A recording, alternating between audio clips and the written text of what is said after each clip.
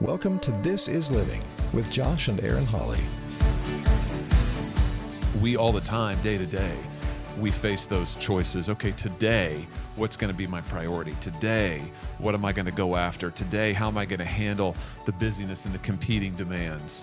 Jesus tells his followers that those who come to him will have life and life abundantly, or life to the full. So that's sort of the idea that we're after. There's a good life out there. Let's go and find it.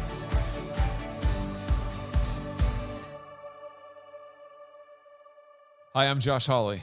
And I'm Aaron. Welcome back to our home. Oh, we're so glad to have you here, and we're glad that you would make time for us. It's always such an honor for us to get to spend time with you, and it's an honor that you take time out of your busy schedule to be with us.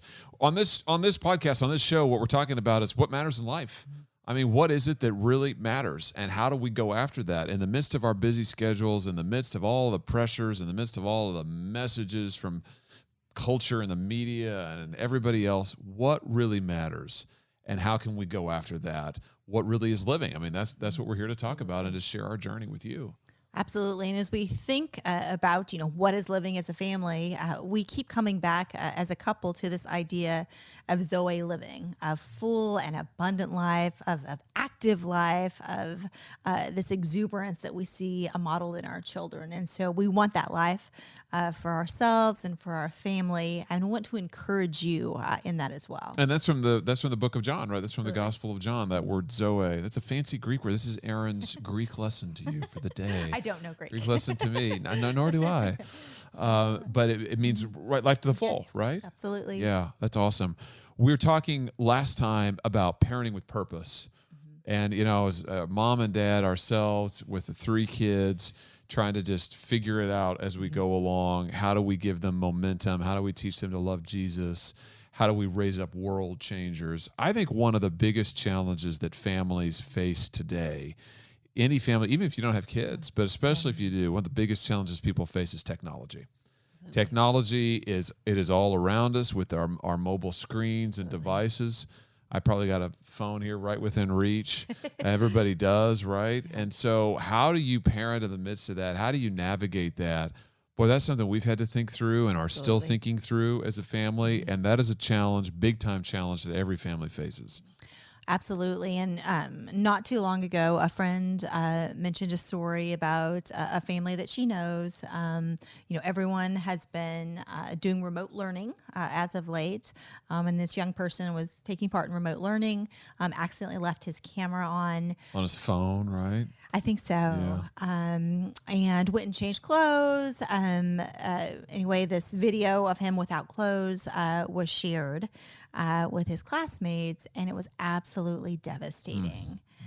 And it's just, it's something that could happen to any of us. Nothing he did wrong, and yet really disruptive, really terrible part of this young person's life. And a lot of people have stories like that, unfortunately. And, whether it's how do you navigate social media, how do you navigate having the presence constantly of the mobile platform, the device? I mean, video games are a piece of that too, I suppose. We haven't quite reached the video game stage with our kids yet. They're too young. But the technology question, I think, is huge. So we just want to talk with you about that today because, if there's something that we have to think through all the time, it's definitely technology. Our own views on this have shifted a little bit over time. Absolutely. And, we just thought we'd share with you what we're going through and what we're living through in this respect. And I think there's really 2 big questions to ask here, which is, why is technology worrisome? Why would we be concerned about it at all as parents, as followers of Christ? Why is it worrisome? And then secondly, what are we gonna do about it? I mean, if you are concerned about it, what are you going to do about it? So I think those are 2 things that we'd love to think through with you. And, on that first topic, I mean, why is tech worrisome? Why does it present challenges? Boy, there's a lot that we could talk about there, beginning with the effect of technology, social media in particular, on young people's view of themselves. Absolutely. And we have a very young daughter now who thankfully is too young to even know what Instagram is.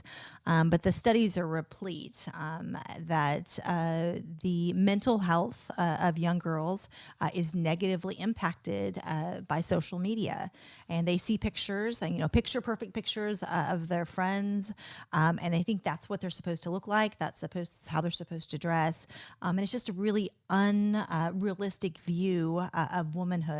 And it destroys these young girls who think they don't measure up. We were reading in a book not long ago how girls stumble or struggle with self-hatred. And this is something that takes place before the social media world. And in today's climate, where girls see these picture-perfect pictures of their friends or people they don't know, social media influencers, they think that's what they have to look like in order to measure up. And that's just not the truth. They are beautiful and lovely. And so I think as moms of young girls, ours is too young at this point, but we want to protect her. We want her to know that she's beautiful through and through, and she doesn't have to look like any picture. Yeah, like anybody else. Yep. She doesn't look like anybody else to be beautiful, and certainly not like what she sees on social media. I think one of the things I would say about why technology can be worrisome and why social media in particular is something that as a parent we're concerned about is that it's addictive. And there's so much data on this by this point.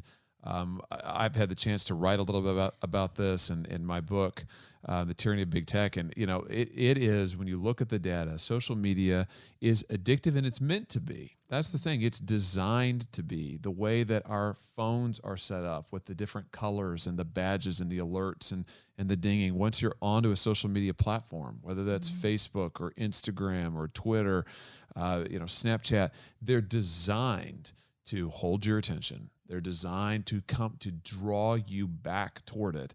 And so, anything that's addictive, you want to ask yourself, hold on here. If it's meant to be addictive, somebody's trying to influence my behavior. Why is that? I mean, that's a good question to ask. But then for our kids, there's also this aspect that it rewires the brain. The addictive nature of these platforms, these social media platforms, that is, can have the effect over time of sort of rewiring the brain. It's like, as one former engineer at Google has put it, it's like putting a casino in every child's pocket. The idea is to encourage you, in fact, to create an insatiable need to be on that mobile platform, to be checking the social media, to be engaged constantly. And the brain really does get rewired over time. And I mean, we can see this in our own lives. How many times do I pick up the phone and check my email or look at Facebook or those sorts of things?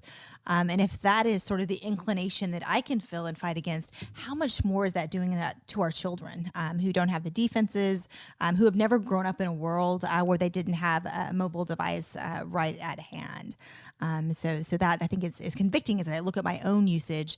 How do I protect my child from something that can transform their brain? I saw a study recently that said that mobile platforms and cell phones in particular can be distracting and are hugely distracting, even if the user is not currently on it. Just having it in proximity. And the reason is because of the addictive nature, usually of the apps that are on there, sometimes of the phone itself, but that's how powerful the draw can be. And again, I know I've experienced that. I mean, if my phone is anywhere within reach, I will periodically find myself thinking like, oh, I need to pick that up. Like, I need to check that. I need to see it.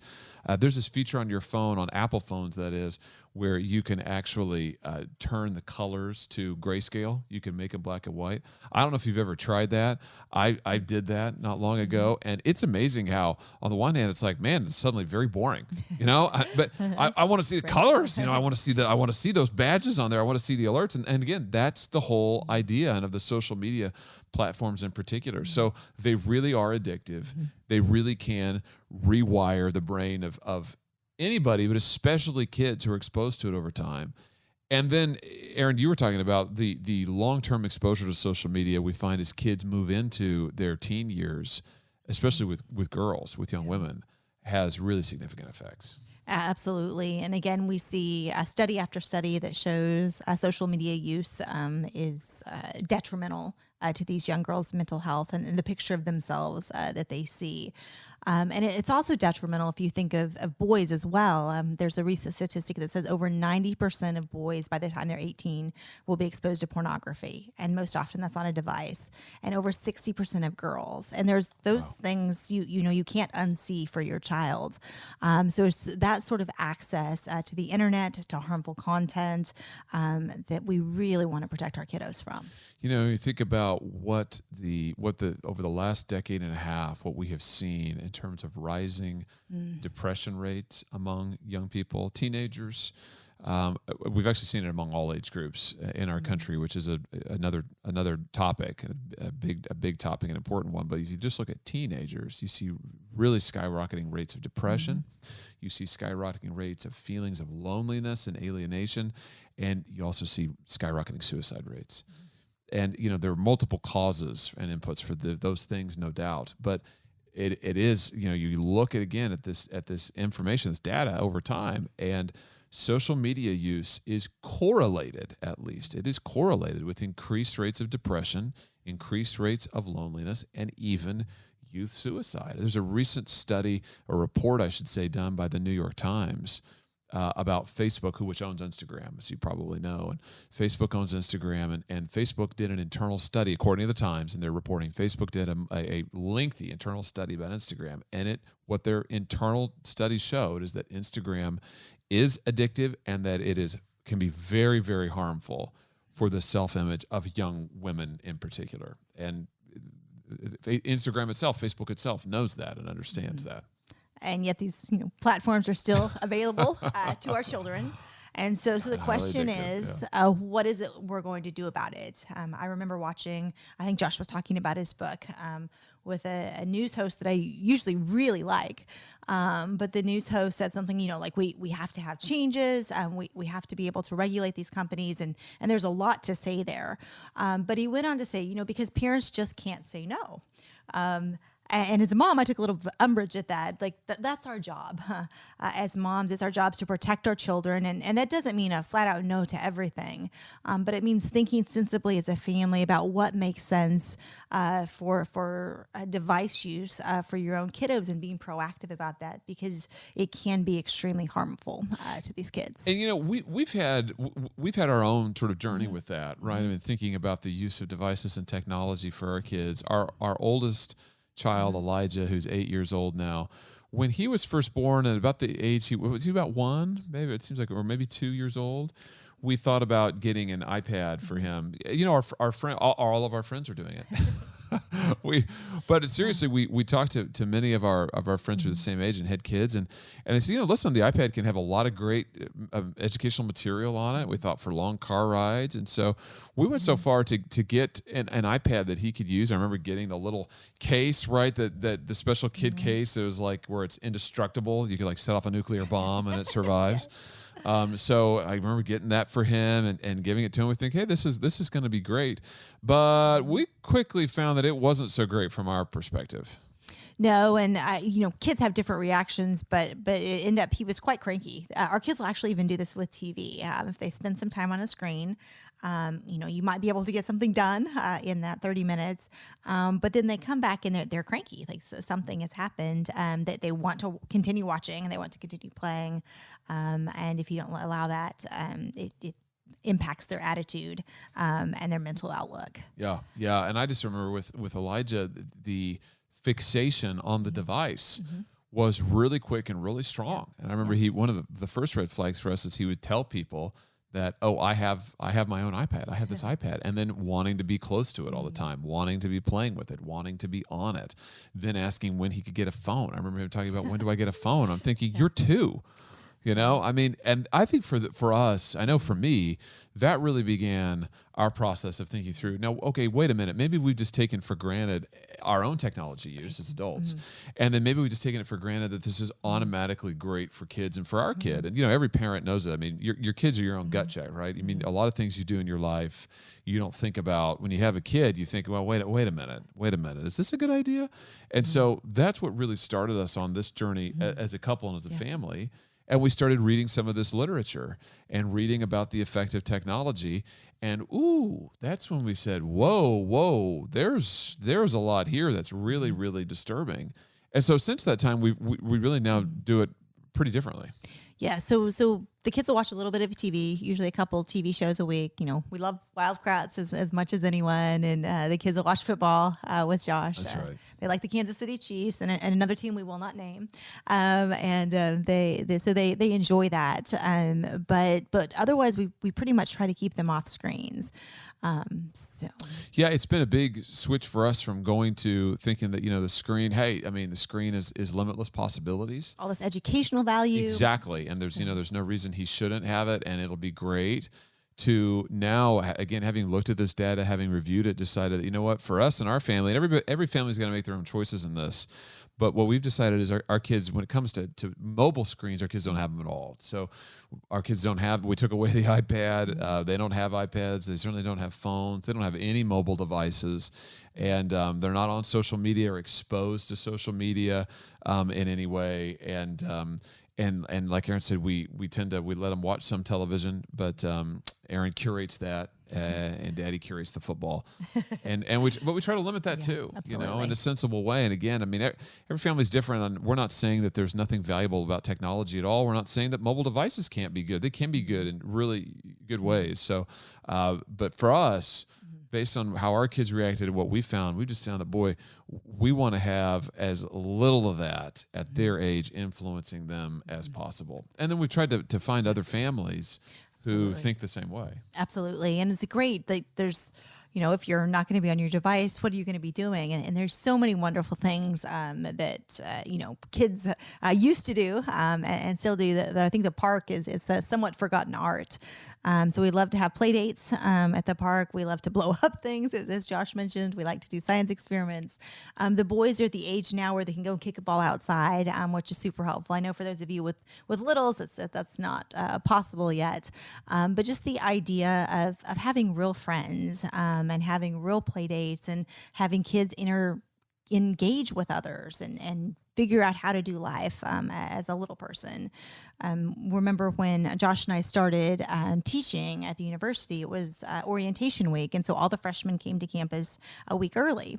And there was this lovely fountain in the courtyard. And all of the freshmen were sitting around this fountain. No one was talking to anyone. And they were all on their phones. It's incredible. And it's so sad because here they are as freshmen. They don't know many people. It's a chance to get to know someone, to make friendships that will last for life.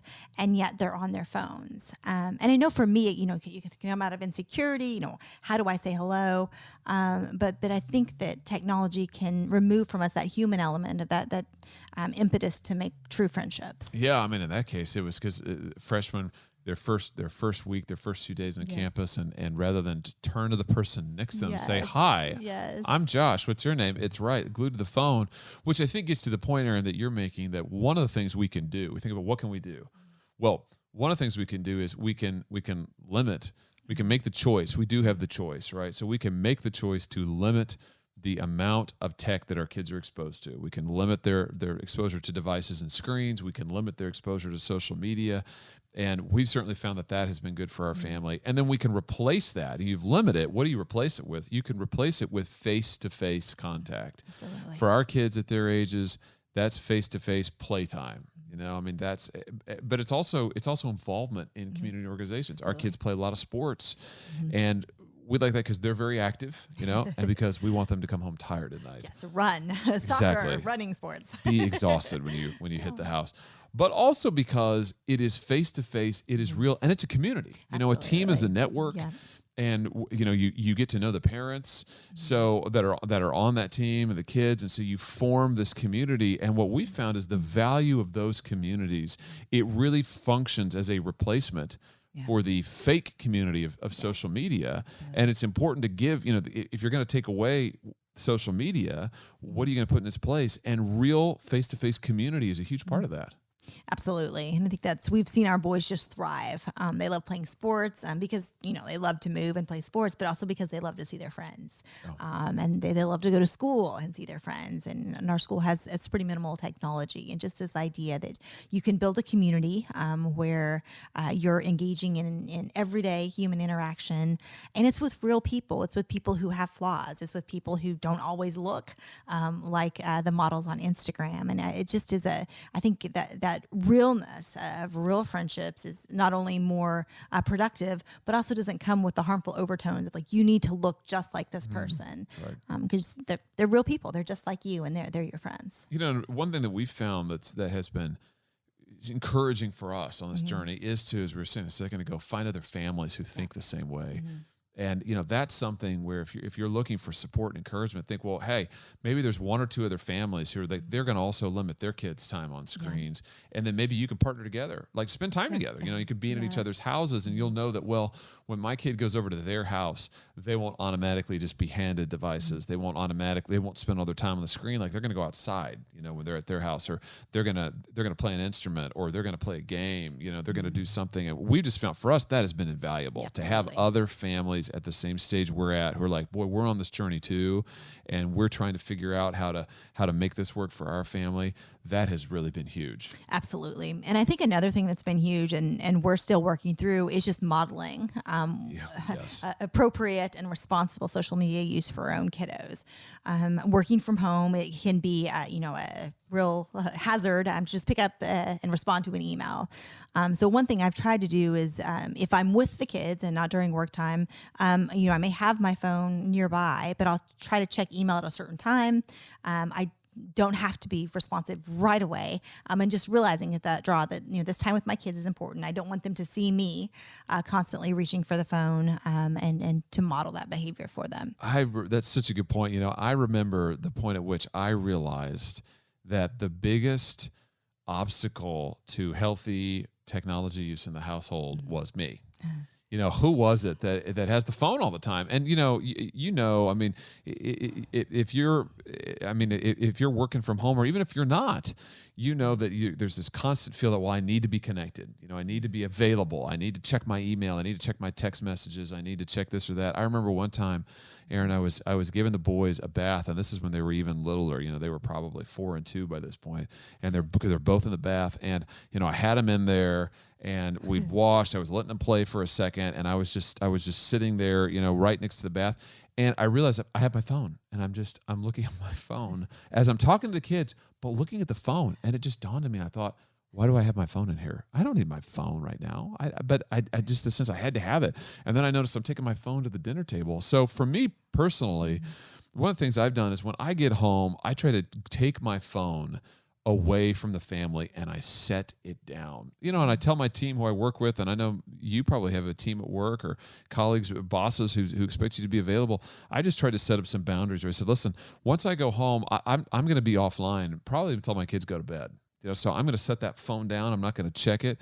And then we started this game about Daddy, put your phone down, where I told the kids, like, if you ever see Daddy with his phone at the dinner table, or if we're out together at a restaurant and Daddy's got his phone, you need to, I give you permission to shout at Daddy, Daddy, put that phone down, so that my kids don't grow up with, the phone like an appendage of my body and thinking that's what normal is, to your point, babe, like they think, oh, that's what normal is. So setting up some of those disciplines in my life has helped me be more aware of it with the kids, but also hopefully create a healthier pattern here at home.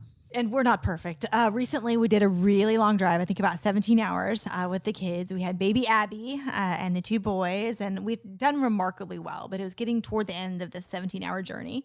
And the kids were climbing the walls, and our 6-year-old loves Tetris. So it's like, okay, you can play a few minutes of Tetris. So he played probably 30 minutes of Tetris.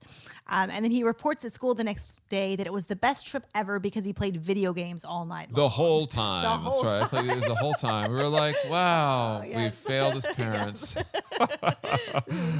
Well, it's, again, we just think that finding the rhythm and finding the balance is so key. But they're really, I guess if there's one thing that in our experience we found when it comes to technology, and as it's ever evolving, but you really can maybe do more than you think. And it can feel so powerless when you can feel so powerless when everybody around you, every other family is on devices, and it's the norm in every household. And your kids are like, hey, I want this video game. I want to spend more time on the iPad. I want to get this or that. But, it is amazing. We really found that you can do it, and you can set up some boundaries. You don't have to do it all at once, but it does make a difference for your family. And I think that's something else that we found in our experience. The difference has been real. We've noticed it for ourselves. Absolutely. And we've noticed it in our kids. It's great for our relationship. It's great for our relationship with our kids. And one of our prayers for our kiddos is that they have great friends. Like, I want the boys to have friends, and Abigail to have friends that will pour into them and point them to Jesus, and they can love and support. And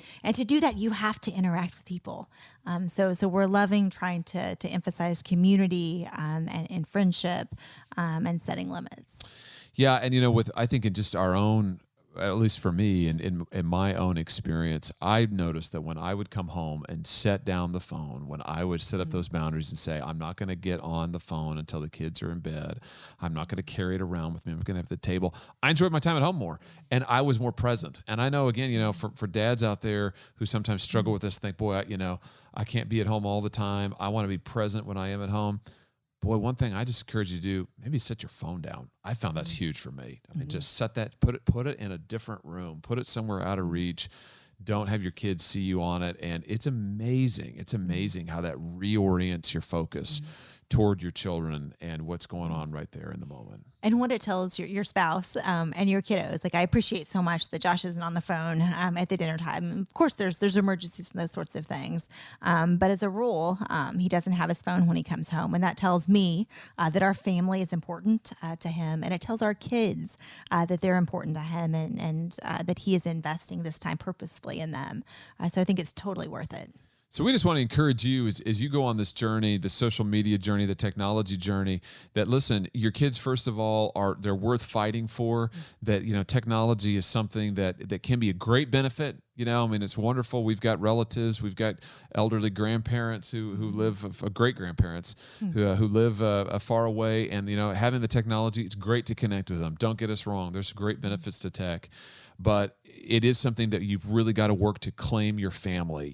Tech shouldn't raise your family, and every parent knows that. But of course, the question is, how do you do something about it? And you really can. So we just want to encourage you to reclaim your family from tech. Use it as a tool. Don't let it use you. And then just to say that little things make a huge difference. I mean, they really have for us. And I think that you'll find that there's a huge benefit to putting some boundaries and maybe even starting with yourself. And I know I'm going to keep working at that in my own life as we continue to work on it as a family. Absolutely. Thanks so much for joining us. Thanks for joining us for This is Living with Josh and Erin Hawley. Life can be more. Don't settle for less. Join us next time for a fresh episode, and until then, we would love to hear from you. You can connect with us by visiting joshhawley.com and sign up for our email list. Follow us on Facebook and Instagram, but most importantly, share our podcast with a friend and leave us a review on Google Play or Apple Podcast. Until next time, thanks for listening to This is Living. There's a good life out there. Let's go and find it. Paid for by Josh Hawley for Senate. Approved by Josh Hawley.